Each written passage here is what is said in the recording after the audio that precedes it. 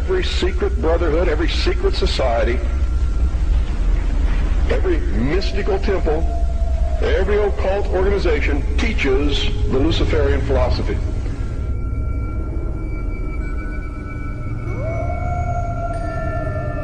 To understand the New World Order and the New Age worldview, we must go back into history and examine its origins.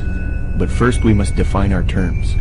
By New Age, I am speaking about a worldview that has many facets and components, such as astrological and zodiacal beliefs in the New Age concept, channeling higher powers to achieve knowledge, meditation, the belief that all is one or forms of monism, the belief that we can attain godhood, esotericism, or in other words, reinterpreting ancient texts to find hidden meanings and unify all religious belief into one.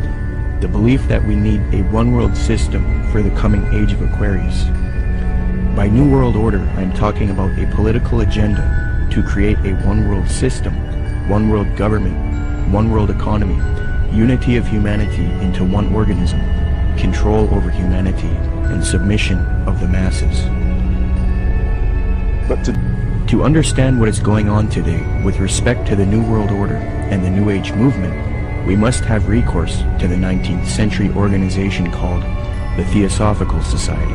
This organization in particular, among others, is largely responsible for the modern New Age movement and the political doctrine known as the New World Order. The founder of this organization was a woman named Helena Petrovna Blavatsky. Born August 12, 1831, Helena Blavatsky was very interested early in her life in the supernatural and the mythological.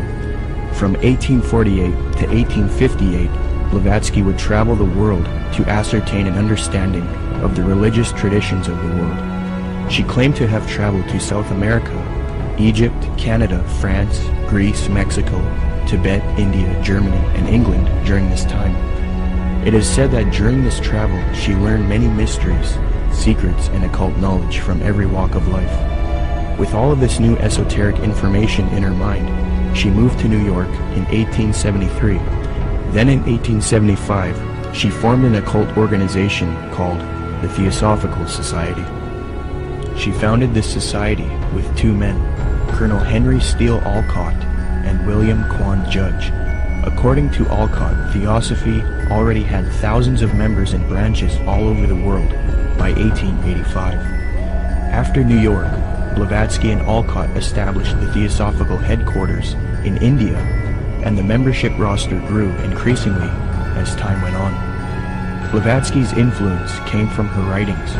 Her first book was entitled Isis Unveiled, published in 1877. She started a magazine in 1887 called Lucifer Magazine. Her principal work, The Secret Doctrine, was then published in 1888. She then wrote The Key to Theosophy and The Voice of Silence. These works are now famous, and contained in these writings are the doctrines that helped mold the New Age movement to what it is today.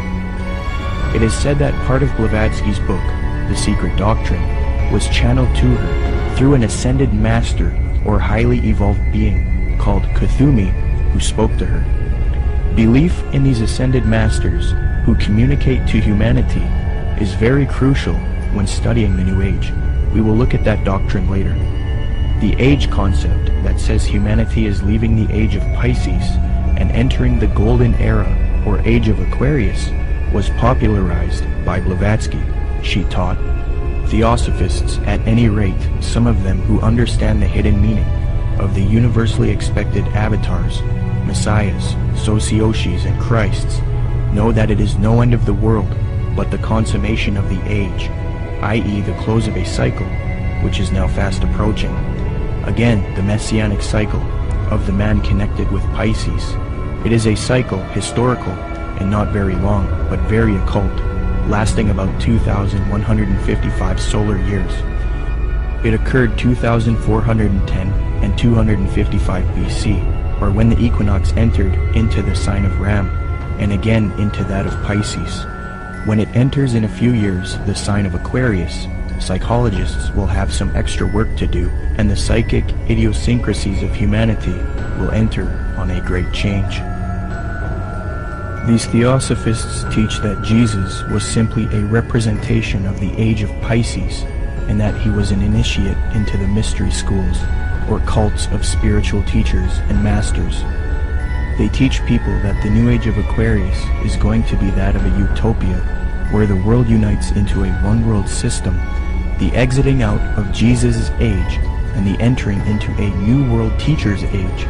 They say each age is accompanied by a great world teacher, be it Buddha, Jesus, etc. So for the advent of the age of Aquarius, they claim a new world teacher will guide humanity into it. Blavatsky was reluctant to fuse these theosophic beliefs with politics, however. Nonetheless, she still advocated monism and a one-world brotherhood, or uniting, of mankind. In Blavatsky's book, The Key to Theosophy, she lists three main goals of theosophy: universal brotherhood of humanity without distinction of race, color, or creed, to promote the study of the world's religions, and to investigate the hidden mysteries of nature. As theosophy grew, it produced influential figures such as Annie Wood Besant, born October 1st, 1847. She was a Marxist and a socialist. Besant was so inclined towards socialism that she defended it in public debates. One such debate was conducted between her and a man by the name of G.W. Foote, a secularist who supported republicanism. The debate was held at the Hall of Science on February 2nd, 9th, 16th, and 23rd, 1887, a 4-night debate series. The title of the debate was, "Is Socialism Sound?" Angelique Richardson and Chris Willis from the University of London Institute for English Studies, when commenting on Besant's worldview, note, quote, "The socialist feminist Annie Besant joined the Marxist-based Social Democrat Federation, SDF, in the 1880s. Annie Besant met the founder of Theosophy, Helena Blavatsky, in 1890, and she quickly read Blavatsky's material. Besant recorded her first acquaintance with Blavatsky. She wrote, quote, "I was standing with my hand in her firm grip and looking for the first time in this life straight into the eyes of H.P.B. We rose to go, and for a moment veil lifted, and two brilliant, piercing eyes met mine, and with a yearning throb in the voice, 'Oh, my dear Mrs. Besant, if you would only come with us.' I said a commonplace, polite goodbye, and turned away with some inanely courteous and evasive remark. 'Child,' she said to me long afterwards, 'your pride is terrible. You are as proud as Lucifer himself.'" Besant would get involved with the secret society known as Freemasonry. In 1902, she established the International Order of Co-Freemasonry, and then set up lodges all over the world with theosophic underpinnings. Theosophy, Freemasonry, and Marxism are all connected with the New Age movement. Besant would become president of the Theosophical Society in 1908. As I give you the history and lay the framework for the origins of the modern New World Order ideology and the New Age movement, it is important to note the role of Freemasonry. As previously noted, Theosophy and Freemasonry were somewhat affiliated in the late 19th century. In fact, Helena Blavatsky received an honorary degree of Apprentice Companion, Perfect Mistress, Sublime Elect Scotch Lady, from the Rite of Adoption. She was awarded with these titles by the 33rd degree Freemasons John Yarker, M. Kaspari, and A.D. Lowenstock. Here is a reprint of the Masonic certificate that Blavatsky received.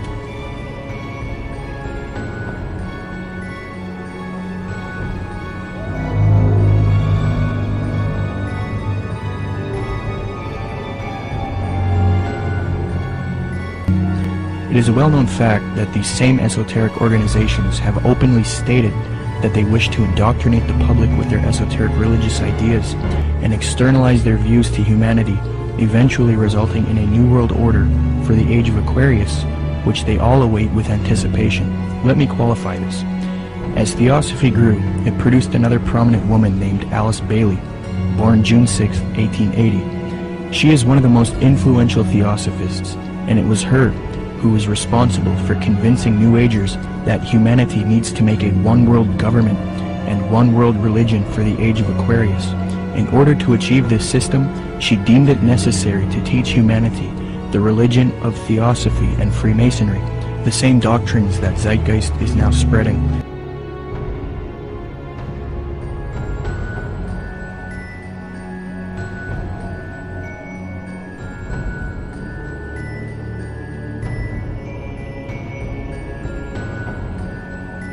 Speaking on the spiritual war between esotericists and people who refuse to accept the New Age, she says, quote, "It will be fought largely with mental weapons and in the world of thought. It will involve also the emotional realm from the standpoint of idealistic fanaticism. This inherent fanaticism will fight against the appearance of the coming world religion and the spread of esotericism. It must not be forgotten that only those souls who are on the probationary path, or the path of discipleship, will form the nucleus of the coming world religion.